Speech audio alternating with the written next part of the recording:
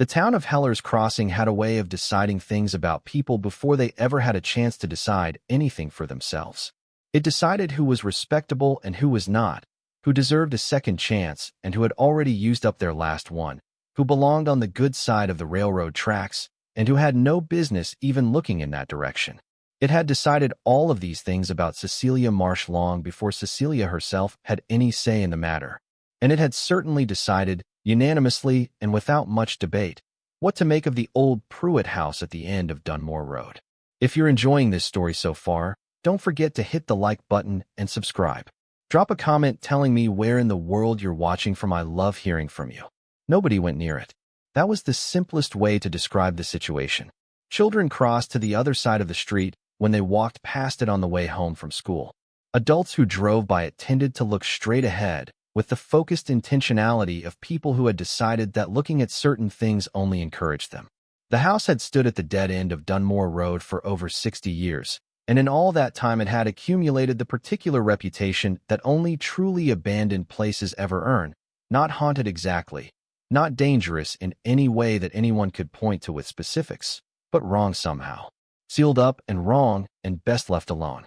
Cecelia Marsh moved into it on a Thursday morning in October with $3 in her wallet, 2 suitcases she had borrowed from her neighbor Mrs. Aldrich, and the specific kind of composure that a woman develops when she has run completely out of anything else to rely on. She was 61 years old. She had been married for 34 years.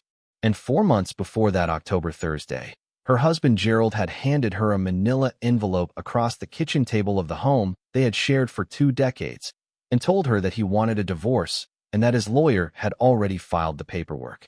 There is a particular kind of silence that follows a sentence like that. Not the ordinary silence of a room where no one is speaking.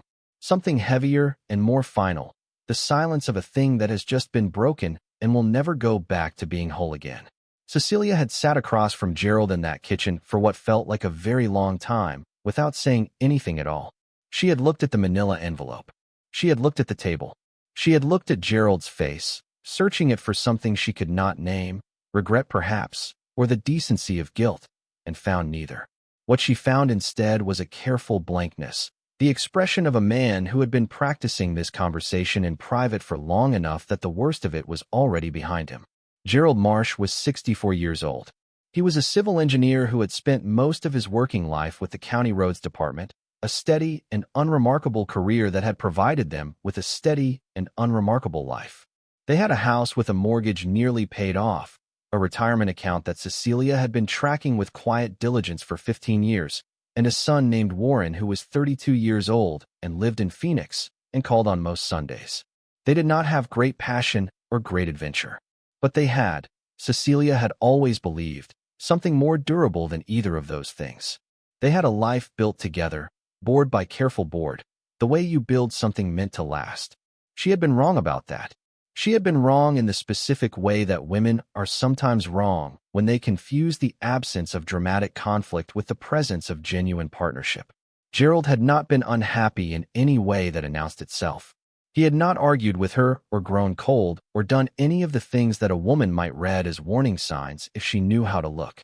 He had simply been quietly withdrawing for years into something that had nothing to do with her, and she had been so busy maintaining the ordinary structure of their life that she had not seen it happening until the morning he sat across from her with a manila envelope and told her it was already done.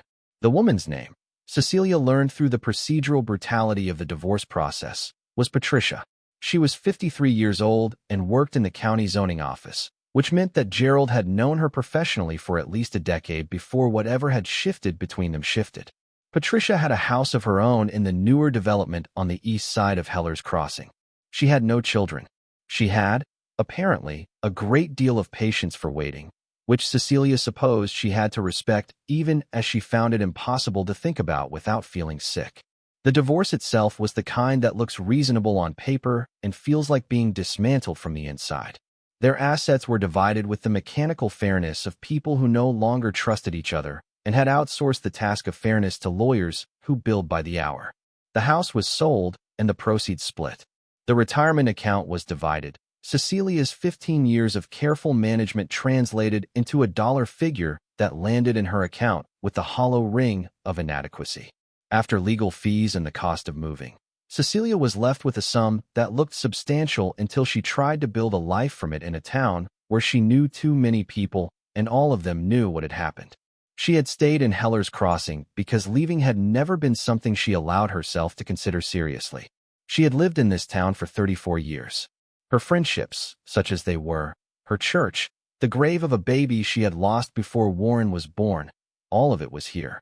She was 61 years old, and she did not have the particular kind of energy that starting over in an unfamiliar place requires when you are starting from nothing and have no one to help you. So she stayed, and she rented a small apartment on Birch Street, and she worked part-time at the county library where she had volunteered for years, and she tried to make herself small enough that the pity of people who knew her and the satisfaction of people who had never liked her both slid off without leaving marks. It didn't work. Pity, she had discovered, was more penetrating than cruelty. Cruelty you could harden yourself against. Pity got under your skin in different ways. It reminded you constantly of what you had lost and how visible that loss was to everyone around you. The women at church who touched her arm, the neighbors on Birch Street who invited her to dinner with the careful enthusiasm of people performing a kindness they would describe later as an act of generosity. Warren calling from Phoenix with the strained brightness of a son who wanted to help and didn't know how and felt guilty about living so far away from the problem. She was not ungrateful. She understood that these people meant well. But meaning well and being genuinely useful are two different things, and what Cecelia needed, though she could not yet name it, was not people feeling sorry for her. What she needed was something to build. The Pruitt house came to her attention the way many significant things do, sideways and unbidden, through a conversation she was not really part of. She was reshelving books in the local history section of the library on a Tuesday afternoon in late September when she overheard two older men talking in the reading room, their voices carrying in the particular way of people who are accustomed to being the only ones present and have stopped monitoring their volume accordingly. They were talking about the Pruitt property on Dunmore Road.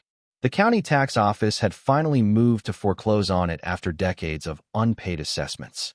The back taxes owed were significant but not impossible, somewhere in the range of $6,000, which the men agreed was a figure that made the whole situation almost funny, considering what the house would cost to demolish, which was the only thing any sensible person would do with it. A developer from out of town had apparently looked at it and walked away.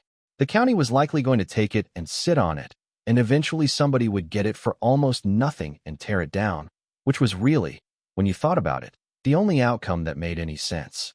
Cecelia set the book she was holding back on the card and stood still for a moment in the local history section with the particular feeling of a woman who has just heard a piece of information that is going to change something, though she cannot yet say what or why.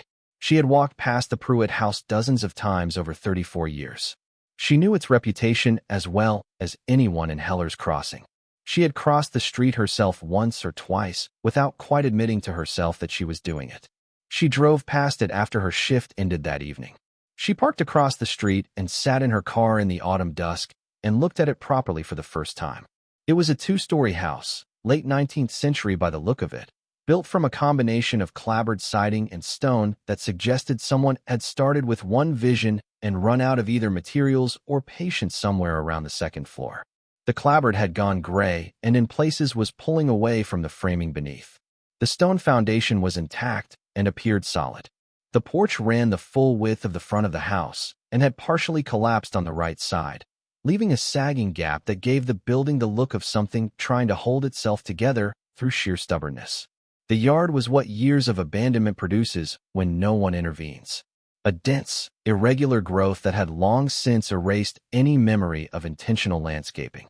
Trees that had started as saplings had matured into something substantial. Vines had found purchase on the porch posts and made their way toward the eaves. The whole effect was of a house that the natural world was quietly in the process of reclaiming, one slow season at a time. But the bones of it, even from across the street in the fading light, Cecelia could see the bones of it. The proportions of the house were generous and right. The roofline, where it still held, had a particular pitch that suggested quality in the original construction. The stone chimney on the left side of the structure was intact and straight. Whatever the Pruitt house was now, she could see without difficulty what it had once been, and the distance between those two things was not, she decided quietly, as far as everyone seemed to believe. She drove home to the Birch Street apartment and spent 2 hours on her laptop researching the county tax records and the history of the property. What she found was more complicated and more interesting than the two men in the library had suggested.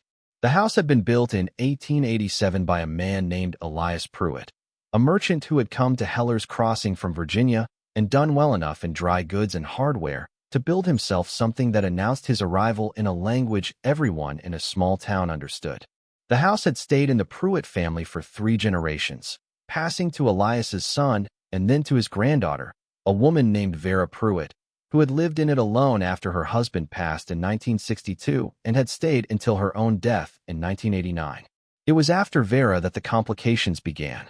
Her estate had been disputed by 2 branches of the family who disagreed about the property's disposition and had taken their disagreement to the courts, where it had sat generating legal fees and acrimony for years. By the time the dispute was partially resolved, the house had been empty for a decade. The family members with a claim to it had either lost interest or lost the financial capacity to maintain it, and the county had begun its slow accumulation of unpaid property taxes that now represented the most practical path to any kind of resolution. But there was one detail in the property records that Cecelia read twice, and then a third time, sitting at her kitchen table in the Birch Street apartment with the particular attention of a woman who has been an administrative coordinator for most of her working life and knows how to read a document for what it is actually saying rather than what it appears to say. The record noted, almost in passing, that the property included a structure of approximately 900 square feet designated in the original deed as a secondary building and indicated on the original survey map as being located to the rear of the main house, partially below grade. It was categorized in the current county assessment as a non-contributing structure in a state of disrepair. But something about the phrasing, secondary building, partially below grade, stopped Cecelia and held her. She had looked at the Pruitt house from across the street for 10 minutes in the fading light. She had not seen any secondary structure from that angle, which meant it was either behind the main house and out of sight, or it had collapsed completely, or it was something that the current assessment had noted without fully understanding. She put the laptop aside and looked at the kitchen wall of the Birch Street apartment. It was beige. Everything about the Birch Street apartment was beige. She had been living inside beige walls and borrowed furniture and the careful smallness of a life she had not chosen for 4 months, and she was tired of it in a way that went deeper than mere inconvenience. The next morning, she called the county tax office and asked what it would take to assume the outstanding tax liability on the Pruitt property on Dunmore Road. The woman on the phone, whose name was Sandra, sounded mildly surprised, which Cecelia attributed to the fact that people did not often call to inquire specifically about the Pruitt house. Sandra confirmed the amount, $6,240. The county would transfer a quitclaim deed on payment. There was no bidding process, no waiting period beyond the standard 30 days for processing. If Cecelia wanted to pay the taxes, the house would be hers. She sat with that number for a day and a half. $6,240 was not a trivial sum for a woman in her position. It represented a significant portion of the cushion she had tried to maintain between herself and genuine precariousness. Spending it on a house that an entire town had decided was worthless and possibly cursed was the kind of decision that looked, from the outside, like a woman who had lost her grip on things. She called Warren in Phoenix and told him what she was considering. The silence that followed was the silence of a son trying to formulate a response that was both honest and kind and finding the two things difficult to reconcile. "Mom," he said finally, "the Pruitt house?" "Yes. People say that place is." "I know what people say, Warren. Have you even been inside it?" "Not yet." Another silence. "You know what?" he said finally. "If it makes you happy, do it. You've been careful your whole life. Maybe it's time to stop being careful. Just please be safe going in there." She drove out to Dunmore Road the following Saturday with a flashlight, a pair of work gloves she had bought at the hardware store on Main Street, and the focused calm of a woman who has made a decision and is no longer interested in reconsidering it. She parked in front of the house and sat looking at it for exactly as long as it took her to finish her coffee. Then she got out and went in. The front door was locked in the technical sense, meaning that a lock existed, but the frame around it had warped enough over the decades that the latch no longer caught with any real authority. She worked it with the patience of someone who understood that most things yield eventually to steady, unhurried pressure, and after 4 minutes the door swung inward with a sound like a long exhale. The smell hit her first. Not decay exactly, because the structure had held better than its appearance suggested, but the dense, layered smell of a place that had been breathing only its own air for more than 30 years. Dust and old wood, and something mineral underneath. The smell of stone that has been closed away from sunlight for longer than anyone living can clearly remember. She stood in the front hallway and let her eyes adjust. The windows on the main floor were boarded, but thin lines of October light found the gaps in the boarding and laid themselves across the floor in pale strips that gave her enough to work with alongside the flashlight. The hallway was wide by the standards of a house this size, which spoke to the original quality of the construction. The staircase was to her left, intact but clearly unsound. The rooms opening off the hallway to the right were a parlor, and behind it what had once been a dining room, both empty now of everything but dust and the collapsed remnants of curtains that had long since given up their original purpose.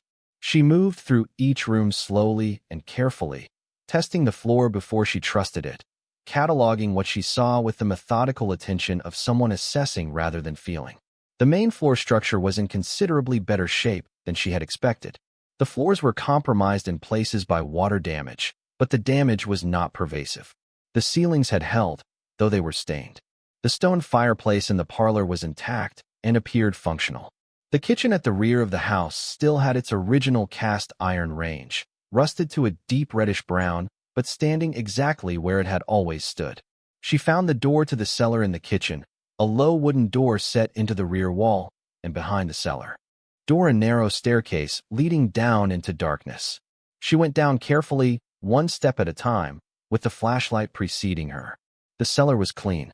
That was the first thing she noticed, and it was strange enough that she stopped at the bottom of the stairs and stood still for a moment processing it. Not clean in the way that a maintained space is clean, but clean in the way of somewhere that the dampness and decay that had worked their way into the rest of the house simply hadn't reached. The walls were stone, thick and carefully fitted in the manner of the best 19th century foundation work. The floor was packed earth, dry and hard. The air was cool but not damp, carrying that same mineral smell she had noticed upstairs, but stronger here, cleaner, like water from a deep source. And at the far end of the cellar, where she would have expected a plain stone wall matching the rest of the foundation, there was a door. Not a cellar door in any ordinary sense. Not the kind of rough wooden construction you would expect in a 19th century basement. This door was made from thick, dark timber, banded with iron straps that had rusted to the color of dried blood but had not given way. It was set into the far wall as though the wall had been built around it deliberately. The stonework fitted precisely to its frame on all four sides with a care that spoke to intention rather than utility. The door was sealed, not locked in any way she could see a keyhole or a latch, but sealed, strips of what appeared to be tarred cloth pressed into every gap around the frame, black and brittle with age, but intact. And across the face of the door, painted in letters that had faded but were still legible in the beam of her flashlight, were 3 words. Do not open. Cecelia stood in the cellar of the Pruitt house at the end of Dunmore Road in Heller's Crossing, in the town that had decided what she was worth before she had finished deciding for herself, and looked at those words for a long time. Then she went back upstairs, locked the front door behind her as well as it could be locked, drove to the county tax office, and wrote a check for $6,240. The deed transferred in 31 days. Cecelia spent those 31 days the way she spent most things she had decided on, methodically and without drama, preparing herself for what came next. She watched videos on structural assessment, on foundation repair, on the particular challenges of restoring clapboard siding that had been exposed to decades of weather without maintenance. She read about 19th century construction methods and what they implied about the quality of the bones underneath the visible deterioration. She made lists. She had always made lists. Gerald used to tease her about it. The yellow legal pads she kept in every room. The careful handwriting she used for everything from grocery items to long-term financial projections. She did not think about what Gerald would say about any of this now. She had decided, somewhere in the 31 days of waiting, that what Gerald thought was no longer information she needed. She moved in on the Thursday the deed cleared. She could not technically have called it moving in, since the house had no functioning utilities and only 2 rooms on the main floor that she had assessed as being genuinely safe to occupy for any length of time. But she had a camp cot, a battery lantern, a portable propane burner, and the 2 borrowed suitcases, and she had decided that sleeping in the Birch Street apartment for one more night while the house that was now hers sat empty at the end of Dunmore Road was not something she was willing to do. She told Warren the night before. He was quiet for longer than she expected. "You're going to sleep there? In the house? Starting tomorrow?" "That's the plan." "Mom, is the floor even safe?" "In the parlor and the hallway, yes. I've tested it carefully. I know what I'm doing, Warren. Do you need me to come out there?" She paused and felt something complicated move through her at the question. The genuine love in it. The helplessness underneath. She had spent so much of the past 4 months being the recipient of people's concern, and she understood by now that other people's concern, however sincere, had a weight of its own that she was tired of carrying. "No," she said, "but I'll call you every evening so you know I'm all right." "Every evening," he said firmly. "Every evening," she agreed. She hung up and finished packing the 2 suitcases and the camp cot into her car and drove to the Pruitt house for the first time as its owner. She parked in the weedy remnant of what had once been a gravel drive, carried her things inside in 2 trips, set up the camp cot in the center of the parlor where the floor was most solid, and sat on the edge of it in the light of the battery lantern and listened to the house around her. Old houses have their own sounds. She had not known this before, or rather she had known it abstractly without ever having occasion to experience it directly. The Birch Street apartment had the sounds of other people's lives, footsteps overhead, voices through walls, the communal noise of shared building. The house on Dunmore Road had only itself, a settling creak from the upper floor as the temperature dropped. The particular whisper of wind finding gaps in the clapboard that daylight didn't reveal. Somewhere in the walls, the faint movement of something small that had been living here considerably longer than she had and was adjusting to the new arrangement. She was not afraid. She examined that fact with some curiosity as she lay on the camp cot in the dark with the lantern turned low. She had expected to be afraid. The house had a reputation specifically designed to produce fear in anyone who spent time in it alone at night. But what she felt instead was something closer to the opposite of fear, a quality of attention and aliveness that she had not felt inside herself in longer than she could clearly trace. She was 61 years old, and she was sleeping on a camp cot in a condemned house that an entire town considered beyond saving, and she felt, for the first time in 4 months, exactly like herself. She fell asleep to the sound of the wind in the old walls and did not wake until the October morning light found the gaps in the boards and laid itself across the parlor floor in the same pale strips she had noticed on her first visit. The first order of business was light. She had learned this from both research and instinct. A dark space looks like ruin regardless of its actual condition, and she needed to see what she actually had before she could begin to understand what any of it required. She spent the first 3 days doing nothing but carefully removing the boards from the ground floor windows, working from the inside out with a pry bar she had bought at the hardware store on Main Street. The man who sold it to her, a heavy-set fellow in his 60s named Dale who had apparently lived in Heller's Crossing his entire life, had looked at her purchase and then at her face with the particular expression of someone who is assembling information. "You doing some work out at the old Pruitt place?" he asked. She had not told him where she was going. "I am," she said. Dale set the pry bar on the counter and appeared to select his next words with some care. "Folks around here have a lot of opinions about that place," he said finally. "I've noticed." He nodded slowly. "You need anything else, you know where to find us." It was not encouragement exactly, but it was not discouragement either. And in Heller's Crossing, she was beginning to understand, that was approximately as close to neutral as the situation was going to allow. The light changed everything.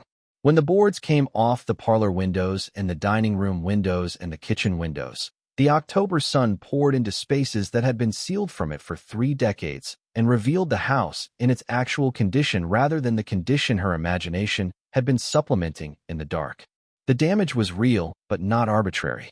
Water had gotten in through specific failures, a compromised section of roof above the dining room, a cracked window frame on the north side of the kitchen, and had done its concentrated work in those specific areas rather than spreading uniformly through the structure. The rest of the main floor was in a condition she would describe, to Warren on their nightly calls, and to herself in her yellow legal pad notes, as serious but addressable. She began cleaning with the same section-by-section methodology she had applied to everything since she was a girl who had grown up watching her mother manage limited resources with maximum precision. One area at a time, completely, before moving to the next. The parlor first, then the hallway, then the dining room, then the kitchen. Decades of debris, the collapsed remnants of window coverings, dead leaves that had found their way through the gaps, the small architectural disasters of things that had fallen and been left where they landed. She filled bag after bag and carried them to the growing pile at the edge of the property. And as she worked, the house revealed itself to her incrementally in the way that things reveal themselves to people who are patient enough to keep looking. The parlor fireplace was limestone, not the common brick she had assumed from a distance, and the mantelpiece above it was a single piece of dark walnut carved with a restrained geometric pattern that suggested someone had cared about the details. The floorboards in the hallway, once she got the grime off them, were wide plank heart pine of the kind that was not made anymore and was worth considerably more per square foot than any replacement material she could have afforded. The kitchen ceiling, stained as it was, had been plastered with genuine horsehair plaster over wooden lath, solid and reparable in ways that modern drywall construction simply was not. She was not naive about any of it. She understood that beautiful bones and sound restoration were two different conversations, and that the second conversation involved money she did not have.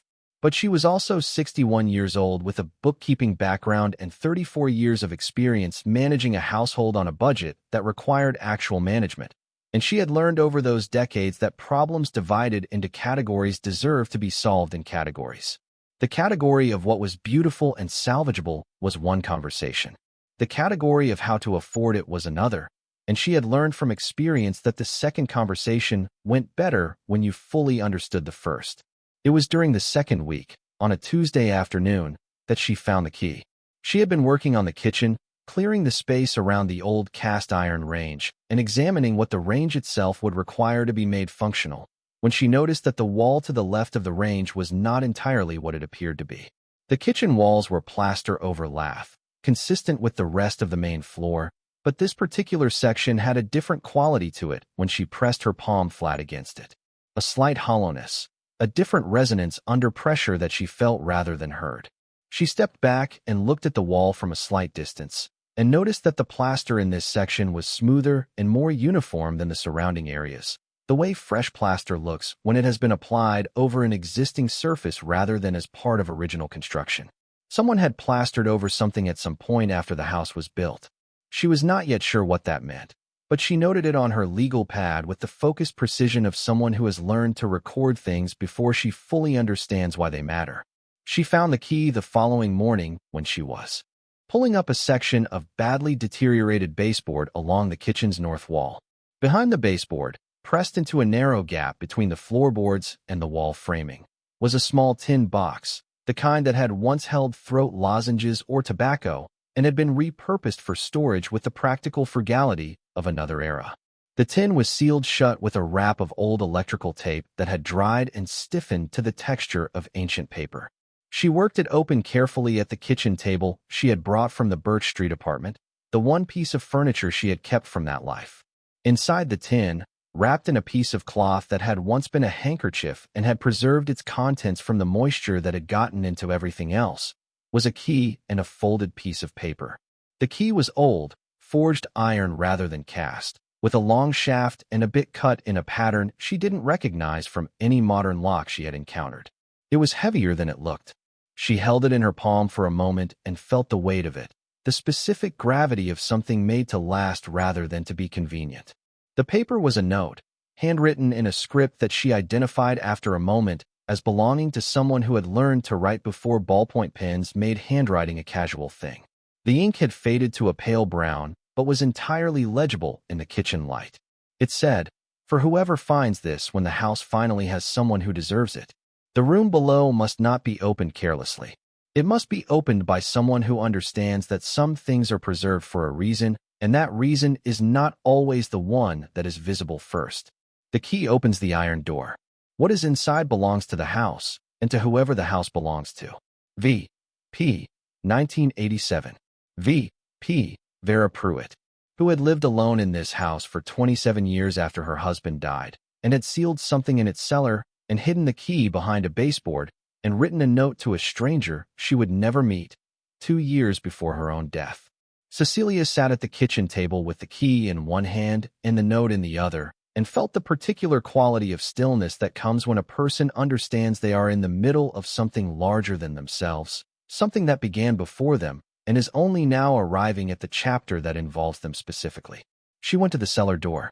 She went down the narrow stairs with the flashlight in one hand and the iron key in the other, stepping carefully on each tread the way she always did, testing before she trusted. The cellar was exactly as she had left it on her first visit, cool and dry and clean in its particular unexpected way, with the mineral smell she had come to think of as the smell of depth, of things that had been underground and undisturbed for longer than seemed reasonable. The sealed door at the far end was exactly as she had left it too, the iron bands rusted to that deep reddish brown, the tarred cloth packed into the gaps around the frame, the 3 words faded on its face. "Do not open." She stood in front of it for a long time. Then she looked at the key in her hand. Then she looked at the lock, which she had not examined closely on her first visit because she had assumed from the sealed appearance of the door that whatever lock existed had long since corroded beyond function. It had not. The lock was set into the iron banding on the door's right side, recessed and protected from direct moisture by the design of the banding itself. It was blackened with age but intact. She inserted the iron key carefully, feeling for the fit with the focused patience of someone who understood that forcing the wrong things never ended well. The key met resistance at first, then slid deeper as the correct angle presented itself, and she felt the mechanism engage with a solidity that spoke to the quality of the original work. She stopped with the key fully inserted and the mechanism engaged, and did not turn it. Not yet. She was not entirely sure why. It was not fear, or not only fear. It was something closer to the understanding that Vera Pruitt's note had articulated more precisely than Cecelia could have managed herself. Some things are preserved for a reason, and that reason is not always the one visible first. She needed to understand more before she opened it. She needed to know what she was opening it into, not just what was behind the door, but what Vera Pruitt had been, what this house had been, what it was that a woman who had lived here alone for 27 years had considered worth sealing away and preserving and leaving to a stranger she would choose through the mechanism of whoever came next. She withdrew the key, carried it back upstairs, and put it in her coat pocket where it would stay for the next 3 weeks while she did the research that the note had told her to do first. The Hellers Crossing Public Library had a local history room that Cecelia had cataloged and maintained for 7 years as a volunteer. She knew its holdings better than anyone, including the librarian who had taken over full-time management when the previous one retired.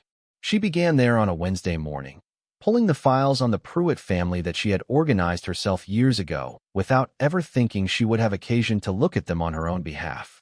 Vera Pruitt had been born Vera Calloway in 1908 in Hellers Crossing.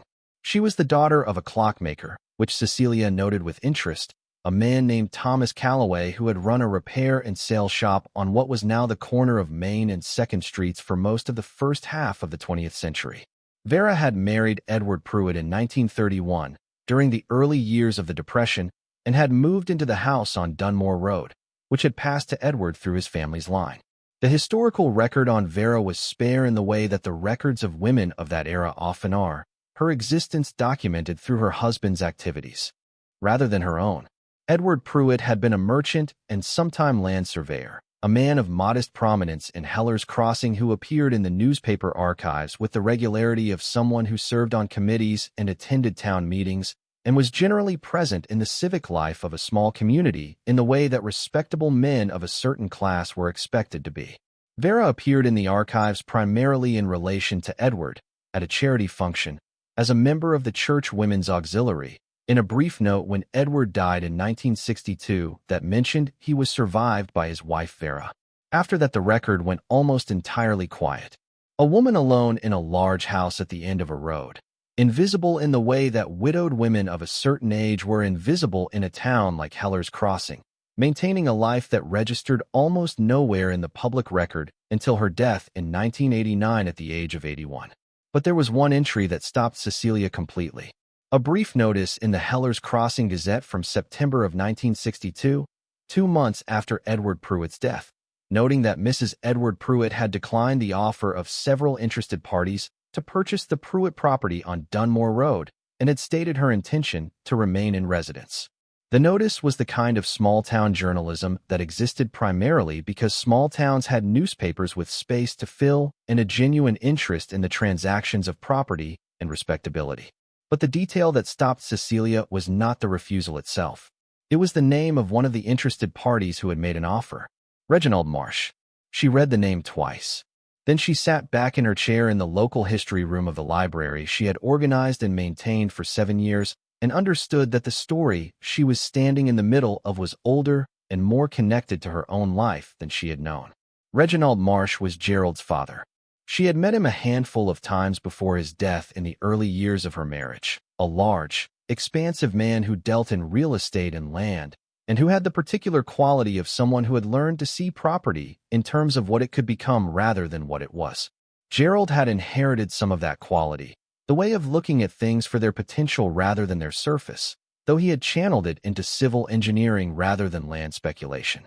She had always thought of it as one of his better qualities, the ability to see past the obvious to the possible. She had not known until this moment that his father had once tried to buy the house she was now sitting in and had been refused by a woman who had apparently understood something about the property that Reginald Marsh had not. She pulled every subsequent reference to the Pruitt property she could find in the library's archives. There were more attempts. Reginald Marsh had made 2 additional offers on the property in the years following 1962. Both declined. In 1971, a development company with a Knoxville address had expressed interest, also declined. In the mid-1970s, there was a legal inquiry about the property's mineral survey status, which Cecelia flagged without fully understanding yet and noted carefully on her legal pad. And then there was a letter. It was preserved in the archive not because anyone had specifically collected it for historical significance, but because it had been donated along with a larger collection of town documents by a former mayor's estate, and whoever had cataloged the collection had filed it under Pruitt without reading it closely enough to understand what it was. The letter was from Vera Pruitt to the Heller's Crossing town clerk, dated August of 1974, written in the same careful script that Cecelia now recognized from the note in the tin box. It was formal and brief and entirely to the point. It stated that Mrs. Vera Pruitt wished to record for the town's official purposes that the Pruitt property on Dunmore Road, including all structures and appurtenances thereto, contained items of significant historical and material value that were the sole property of the house and its legitimate owner, and that no survey, assessment, acquisition attempt, or legal inquiry undertaken by any party without her written consent should be considered to have any claim upon these items or the information pertaining to them. She noted that the items in question had been properly preserved and documented, and that their nature and value would become apparent to the appropriate party at the appropriate time. The town clerk had stamped the letter received and filed it, and apparently thought nothing further of it, because nothing in the subsequent record suggested that anyone had taken it particularly seriously. A widow living alone at the end of a road, writing letters about unspecified items of significant value. In 1974, in Heller's Crossing, that was the kind of letter that got filed and forgotten.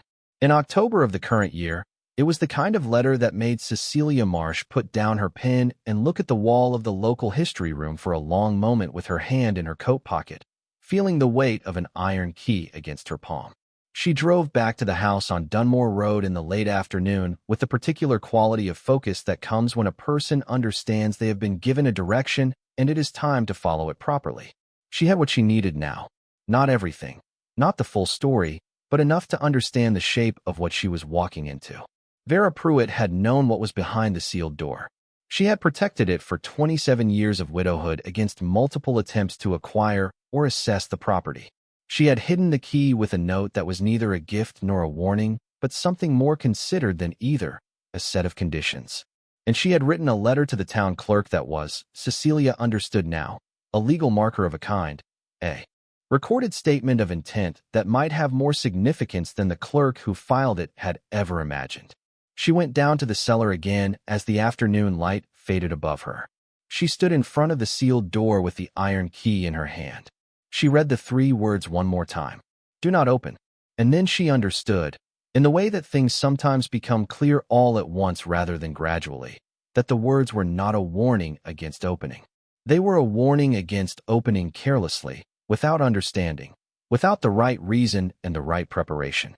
Vera Pruitt had sealed this room and painted those words on the door and hidden the key behind a baseboard and waited 27 years for the right person because she had understood that the wrong person opening it without preparation would simply not know what they were looking at. Cecelia inserted the key. She felt the mechanism turn with the solidity of something built to last and lasting. She heard the lock disengage with a sound that was more felt than heard, a deep mechanical release that resonated in the stone walls of the cellar. She pushed the door open. The cold air that came out was the same mineral cold she had smelled in the cellar since her first visit, but concentrated, purer, the smell of stone and depth and time that had been sitting behind this door since 1987, when Vera Pruitt sealed it for the last time and pressed the tarred cloth into the frame with her own hands, and went upstairs and wrote a note and hid a key and waited to die knowing that what she had preserved would keep. The room beyond the door was perhaps 15 feet square, lined with the same fitted stone as the cellar walls, but finished with a care that the cellar itself did not display. The stones dressed and fitted with a precision that spoke to a different order of workmanship. The ceiling was low, perhaps 6 feet, supported by 2 heavy timber beams that showed no sign of deterioration. The floor was flagstone, dry and level. Along the left wall, on shelves constructed from the same dark timber she had seen in the sealed door, were objects covered in oilcloth wrapping, each bundle tied with cord that had dried and stiffened with age but had not rotted. There were perhaps 20 of these bundles, varying in size from something that might contain a book to something larger, roughly the dimensions of a painting. Along the right wall, on a low stone shelf built into the wall itself, were a series of flat wooden cases, the kind used historically for documents and maps, sealed with brass hardware that had tarnished to a deep green but had not corroded through. And in the center of the room, on a heavy oak table that occupied the space with the authority of something that had been placed with intention rather than convenience, was a single object covered in a separate piece of oilcloth, larger than the bundles on the shelves and different in shape, rectangular and substantial. Cecelia stood in the doorway of the sealed room that Vera Pruitt had spent 27 years protecting and looked at what was inside it, and felt the breath leave her body slowly in the way it does when something that has been sealed finally opens and the air that was waiting on both sides finds its way through. She did not touch anything. Not yet. She stood in the doorway and looked, cataloging with the methodical precision that was the most reliable thing she had, the habit of a lifetime of paying attention to the details that other people considered beneath their notice. Then she went back upstairs, sat at the kitchen table, opened her yellow legal pad to a fresh page, and began to write down everything she had seen. If you're hooked on this story, make sure to subscribe and turn on notifications so you never miss an upload. Your support means everything and helps me bring you more emotional stories like this one. She called Warren that evening the way she had promised, and she told him almost everything. She left out the part about the Marsh family connection because she was not yet sure what to do with it, and because some things needed to be understood privately before they could be spoken aloud. But she told him about the key and the note and the sealed room and what she had seen inside it, and Warren was quiet on the other end of the line for long enough that she checked twice to make sure the call had not dropped. "Mom," he said finally, "I know. What do you think is in them? The bundles? I don't know yet. I didn't touch anything. Why not?" She thought about how to explain it. Because Vera Pruitt spent 27 years making sure that whoever opened that room would be the right person opening it the right way. And the right way is not alone in a cellar with a flashlight at 6 in the evening without knowing what any of it is or what it means. "I want to understand what I'm looking at before I touch anything." Another silence. "That's very you, Gran," said Warren, and she could hear in his voice that he meant it as the highest possible compliment. "What do you need?" She told him. She needed someone with expertise in historical documents and artifacts, someone who could assess what was in the room without the assessment itself causing damage, and she needed to find that person through the right channel rather than through the wrong one. She needed, in other words, to find the door that led to the right door, which had always been the actual work of any complicated undertaking and the part that most people underestimated. She started the next morning with the Tennessee Valley Archaeological Society, not because she was certain the contents of the room were archaeological in nature, but because people who documented and preserved historical objects tended to know other people who documented and preserved historical objects. And expertise in a specialized field was most reliably found through the network of people already working in it. The woman she reached was named Dr. Patricia Osei, a compact and precise historian in her late 50s who held a joint appointment at the University of Tennessee and the State Historical Commission, and who had, as it turned out, been documenting the material culture of small Tennessee towns for over 2 decades. Cecelia described what she had found with the care of someone who understood that the way you present information shapes the response it receives. She was specific about the house and its history, about Vera Pruitt's note and letter, about the condition and contents of the sealed room. She was not sensational. She did not claim to know what she had found. She described what she had observed and asked if Dr. Osei would be willing to come and look. Dr. Osei asked 3 precise questions and then said she could be there on Friday. She arrived on Friday morning with a graduate student named Marcus who carried a professional-grade lighting kit and a large case of archival materials, the kind of protective gloves and acid-free tissue and flat storage boxes that Cecelia recognized as the equipment of people who were serious about not causing harm.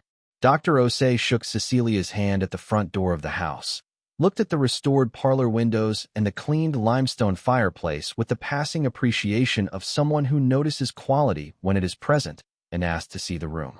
They went down to the cellar together. Dr. Osei stood in the doorway of the sealed room for a full 2 minutes without speaking or entering, looking at everything with the systematic attention of someone conducting an initial survey. Marcus stood behind her with the lighting kit ready and said nothing. Cecelia stood to the side and watched, and understood that she was in the presence of someone who knew exactly what she was doing and should be given the space to do it. This room was sealed deliberately and with knowledge, Dr. Osei said finally. The construction of those shelves, the flagstone floor, the timber beams. Someone understood preservation when they built this. She stepped carefully inside. The oilcloth on these bundles is a period-appropriate preservation method for the mid-20th century. The document cases are pre-war manufacture based on the hardware. She moved to the central object on the oak table and leaned close without touching. She was quiet for a moment. "Mrs. Marsh," she said, "where did you say this house was originally built?" "By a man named Elias Pruitt. His granddaughter Vera was the last person to live here. She sealed this room herself in 1987 and died 2 years later." Dr. Osei looked at the central object on the table. "And Vera's husband was a land surveyor?" "Among other things. Yes." Dr. Osei straightened and turned to look at Cecelia with the careful expression of a scientist who has formed a hypothesis and is not yet ready to share it, but is having difficulty concealing the fact that she has formed one. "I'd like to begin with the document cases," she said. "May I?" Cecelia nodded. The document cases were opened in order, left to right along the stone shelf. Each one photographed before and after opening. Each item inside handled with cotton gloves and assessed with the focused attention of 2 people who understood that what they were looking at mattered in ways that would take time to fully articulate. The cases contained surveys. Historical land surveys, hand-drawn on the heavy drafting paper of the late 19th and early 20th centuries, some dating from the 1880s and 1890s based on the paper composition and the notation conventions Dr. Osei identified with the practiced eye of a historian who had spent her career with exactly this kind of material. The surveys were of the Heller's Crossing region, detailed and precise, covering the land that was now the town and the land surrounding it, the ridge lines and creek beds and property boundaries as they had existed before any of the 20th century development that had reshaped the area's geography. They were exceptional in their specificity and their condition, Dr. Osei said, and she said it quietly, the way professionals express genuine excitement when they are accustomed to managing their own responses and something has gotten past the management. But it was the oilcloth bundles that changed the character of the afternoon entirely. The first bundle, the smallest, contained a clockmaker's ledger. Handwritten accounts from Thomas Callaway's repair and sales operation, meticulously maintained from the 1910s through the 1940s, documenting every piece that had passed through the shop. It was the kind of primary historical document that archivists spent careers hoping to encounter and rarely did. Dr. Osei photographed each page before turning it, and her movements had the careful reverence of someone handling something irreplaceable, which she was. The second bundle contained correspondence. Letters, dozens of them, between the Pruitt and Calloway families across 3 generations, covering the period from the 1890s through the 1960s. Personal letters, business letters, letters written during wartime by men who had gone overseas, and women who had stayed and maintained everything in their absence. The kind of letters that documented an entire community's interior life in ways that no official record ever captured. The third bundle was where Marcus set down his equipment and stood very still. It contained paintings, small oils on board, 6 of them, each wrapped individually in cloth that had kept them in extraordinary condition. They were landscapes, Tennessee landscapes, depicting the hills and creek valleys of the Heller's Crossing region in a style that Dr. Osei identified without hesitation as belonging to the American regionalist tradition of the 1920s and 1930s. She turned the third one over carefully and read the signature on the reverse, and then she read it again, and then she set it down on the oak table with a steadiness that cost her visibly and looked at Cecelia. "Do you know the name Harlan Bridger?" she asked. Cecelia did not. He was a Tennessee landscape painter active primarily in the 1920s and 1930s. His work is in the permanent collections of 4 American art museums, including the Frist in Nashville and the Smithsonian American Art Museum in Washington. He was born in a town called Millhaven, approximately 30 miles from Heller's Crossing. Dr. Osei paused. His work comes to auction very rarely, because most of it is held institutionally and the private collectors who own it do not sell. In the last decade, 2 Bridger landscapes sold at major auction houses. She paused again, for between $60,000 and $90,000 each. The cellar room was very quiet. The mineral cold of it was the same it had always been. The flagstone floor and the dressed stone walls and the timber beams held the space with the same solidity they had held it through the 35 years since Vera Pruitt had sealed the door and pressed the tarred cloth into the frame and gone upstairs and hidden the key. "There are 6 of them," Marcus said quietly. He was still standing very still. "Yes," Cecelia said. "There are." The remaining bundles were opened over the course of the afternoon with the methodical patience that the situation required. What they contained, in addition to the Bridger paintings and the clockmaker's ledger and the family correspondence, was a collection of objects that Dr. Osei would later describe in her formal assessment as constituting one of the most significant assemblages of Appalachian regional material culture she had encountered in 22 years of fieldwork. Handcrafted objects, quilts and woodwork and metalwork that documented the artisanal traditions of the region across a century. Photographs, hundreds of them, documenting Heller's Crossing from its earliest years through the mid-20th century in a visual record that the town's own historical society had nothing to match. A collection of handwritten recipes and household documents belonging to Vera Pruitt's mother and grandmother that represented, Dr. Osei said, the kind of domestic archive that historians of women's everyday life spent entire careers trying to locate. And at the bottom of the last bundle, wrapped separately in a piece of cloth that had been stitched rather than simply folded, was something that made Cecelia sit down on the stone floor of the sealed room, because her legs made the decision before her mind caught up with what she was looking at. It was a letter addressed to her, not to whoever finds this in the general sense of Vera Pruitt's note in the tin box, but specifically, precisely, addressed in the careful faded script to the woman who owns this house and has opened this room. She opened it with steady hands. She was 61 years old, and she had learned over the course of a difficult year that steadiness was the thing you chose when you could not choose anything else, and she had gotten very good at choosing it. The letter was dated September 1987. Vera Pruitt had written it 2 years before her death, at the age of 79, the same age at which she had decided that the time had come to seal the room properly and hide the key and trust the future to deliver what she had preserved to whoever was meant to have it. The letter was long. Cecelia read it once in the cellar with Dr. Osei and Marcus standing quietly at a respectful distance, and then she read it again, and then she folded it carefully and put it in her coat pocket beside the iron key and said to Dr. Osei that she would like to talk about next steps. What Vera Pruitt had written explained what the room contained and why she had sealed it. It explained that she had understood, from the time of the attempts to acquire the property in the 1960s and 1970s, that the land and the house held value of a kind that certain people in Heller's Crossing recognized and wanted to capture for themselves. She named Reginald Marsh specifically, and the account she gave of his acquisition attempts and his methods was detailed and unflattering and clearly drawn from direct experience. She had refused to sell because she had understood that selling would disperse what she had spent her life assembling and preserving, a collection that she believed belonged together and belonged to the house and to whatever future it would have. She had known about the Bridger paintings because Harlan Bridger had been a friend of her father's, a man who had come through Heller's Crossing regularly in the 1920s and had left the paintings in the Calloway family's keeping with the offhand generosity of a man who did not yet understand what his own work would become. Vera's mother had put them away carefully because she had valued them as gifts from a friend, not yet knowing they would become something else. Vera had come to understand what they were by the 1960s, when Bridger's reputation began its posthumous growth, and she had made the decision then to seal them properly and protect them from the people who were beginning to circle the property with the specific hunger of those who have identified a thing of value in someone else's possession. She wrote that she did not know who would find the room.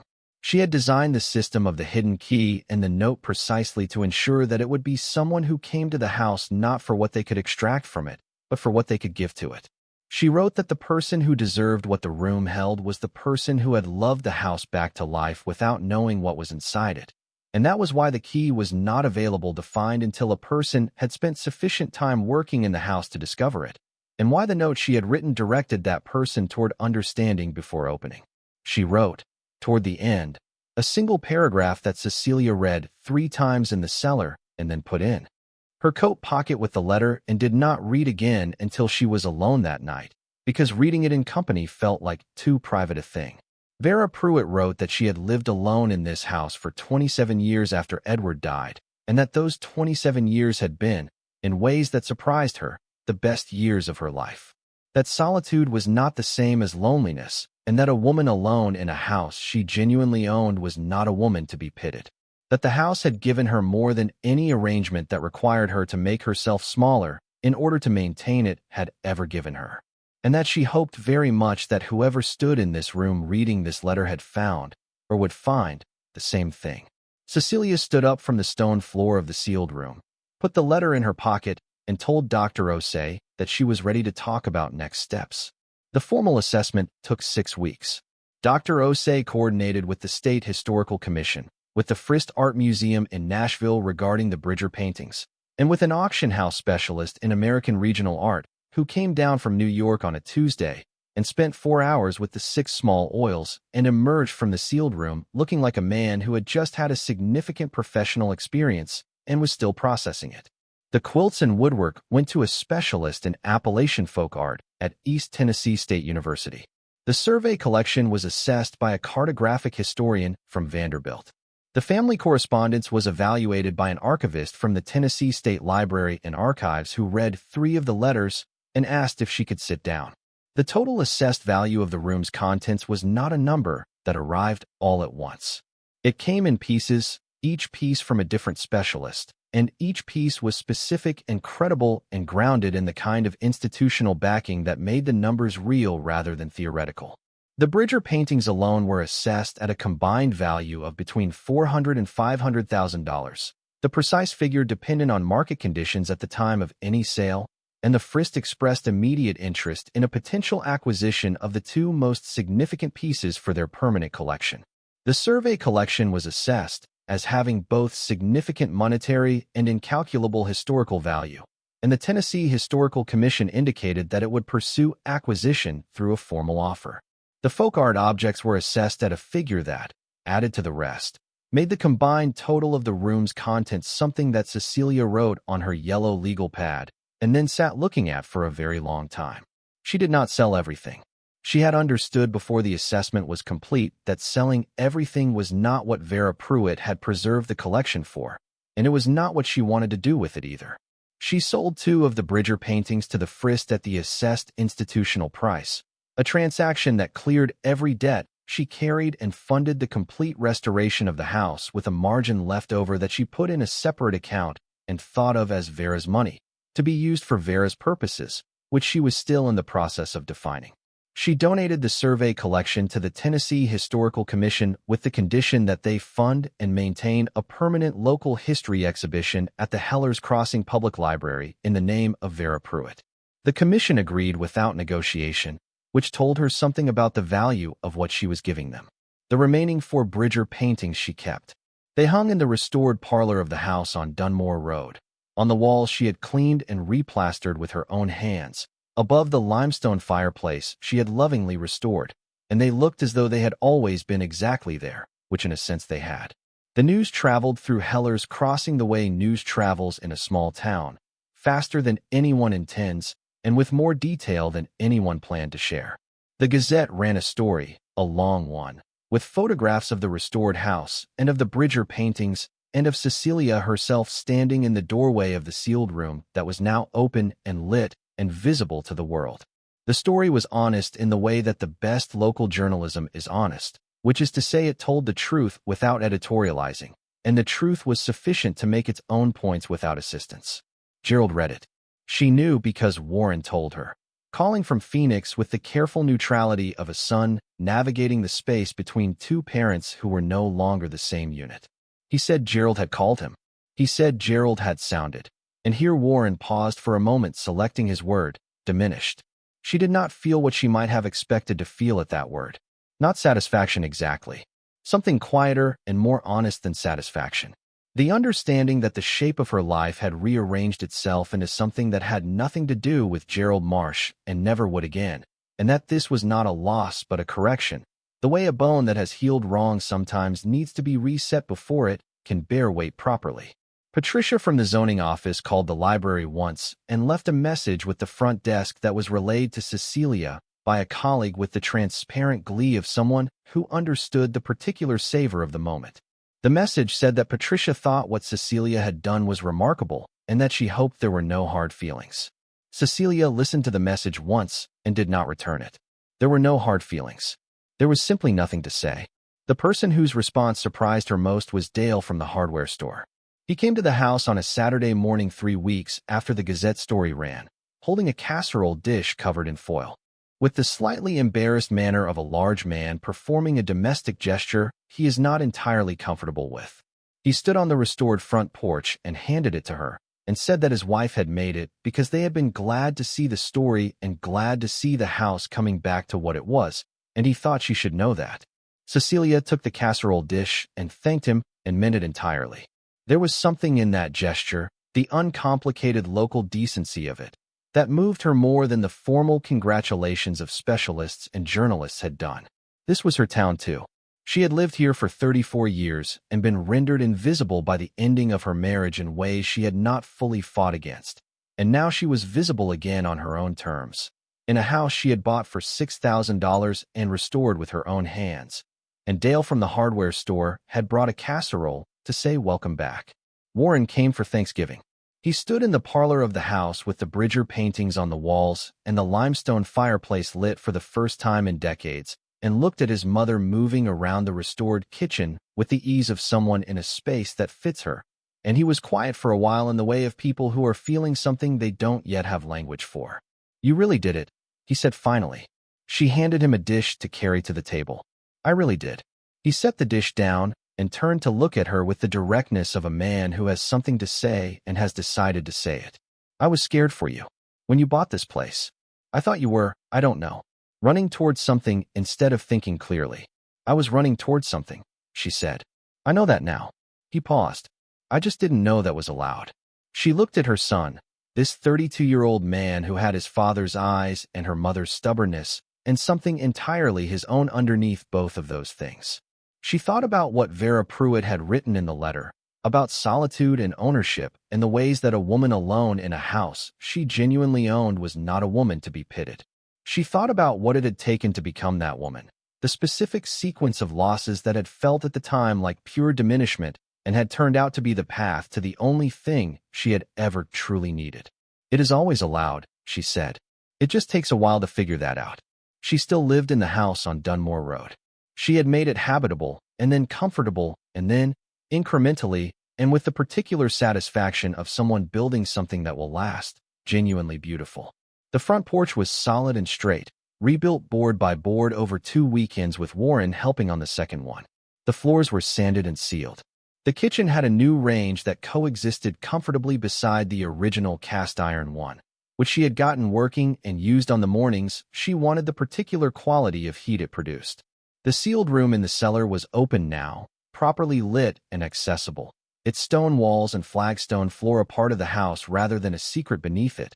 The shelves that had held Vera Pruitt's collection, now holding her own growing archive of local history materials that she was gathering in Vera's honor and in the spirit of what Vera had spent her life doing. Dr. Osei came back twice a year. They had become, in the way of women who recognize each other's particular quality of attention, genuine friends. Marcus had written his graduate thesis on the Heller's Crossing survey collection and dedicated it to Vera Pruitt and acknowledged Cecelia Marsh in the first paragraph as the woman who understood that some doors are sealed for a reason and that the reason is not always the one that is visible first. She was 62 years old by the time the house was fully what it was going to be, and she felt younger than she had at 58, which she understood had nothing to do with age and everything to do with the specific vitality that comes from building something real with your own hands and your own choices and your own stubborn refusal to accept that being handed a ruin meant you were finished. There was an evening in late spring, the first truly warm evening of the year, when she sat on the restored front porch with a glass of iced tea and watched the light go long and golden down Dunmore Road, and felt the specific quality of peace that she had not known she was looking for until she found it. Not the peace of things being easy, the peace of things being right. The difference between those two conditions was one of the things the house had taught her, and she thought it was probably the most important thing she had learned in 62 years of living. The town had revised its opinion of the house on Dunmore Road, the way towns do when the evidence requires it. People drove past it now and did not look away. Children walking home from school sometimes stopped at the gate and looked at the garden she had planted in what had been an impenetrable tangle of scrub, and she had learned to keep a small basket of flowers near the porch on school days because the children liked to be handed something and she liked to give it. The house that everyone in Heller's Crossing had been afraid to enter had become, incrementally and without any announcement, the house that people wanted to see. The house with the paintings and the history and the story of the woman who had bought it for $6,000 and found what was sealed inside it. She thought about Vera Pruitt often. She thought about a woman who had spent 27 years alone in this house protecting something she understood and that the world around her did not, waiting without any certainty that the right person would ever come, because certainty was not the condition under which most worthwhile things were done. She thought about Reginald Marsh, Gerald's father, who had tried 3 times to acquire this property and had been refused 3 times by a woman who understood its value in terms he had not been capable of recognizing, and how the property had eventually come to his own daughter-in-law through the very divorce his son had initiated, and how there was in that sequence of events a logic that was not quite justice and not quite fate, but something that partook of both and satisfied in the way that only genuinely earned outcomes ever do. She had not sought any of it. She had bought a condemned house with almost the last of her money because she needed something to build, and she had no other options that felt real. She had worked it with her own hands and her own determination and the specific quality of attention she had been developing her entire life without knowing what it was for. And the house, which had been waiting for the right person since 1987, had opened itself to her in the only way that mattered, not all at once, and not easily, but fully, when she was ready, in the exact sequence that Vera Pruitt had designed for someone she would never meet and had trusted the future to deliver. The Pruitt house at the end of Dunmore Road had a door in its cellar that had been sealed for 35 years with the words "Do Not Open" painted across its face. Everyone in Heller's Crossing had known about the house and its reputation and its sealed-up wrongness and had crossed the street to avoid it for decades. Nobody had thought to ask what was behind the door. Nobody had stayed long enough to find the key. Nobody, until the woman the town had decided was finished, had understood that the words on the door were not a prohibition but an instruction, not a warning to stay out but a direction about how to come in. The door was open now. It would not be sealed again. If there is a ruin in your life that everyone has told you is beyond saving, if there is a door that people you trusted have told you is not worth opening, if you have been handed the thing nobody else wanted and told to be grateful for it, Consider the possibility that the people who made those assessments did not look closely enough. Consider the possibility that what has been sealed away in your life is waiting not because there is nothing there, but because the right person has not yet come to open it with the patience and the care and the stubborn love of someone who knows that the most worthwhile things are always worth the effort of finding out. It is not too late. It was never too late. The sealed room is still there. And somewhere in the house that everyone told you was worthless, behind the baseboard of the life you thought you had lost, the key is waiting. Thank you so much for watching until the end. If you love this story, check out the other videos on your screen now. I think you'll really enjoy them. And don't forget to subscribe if you haven't already. See you in the next story.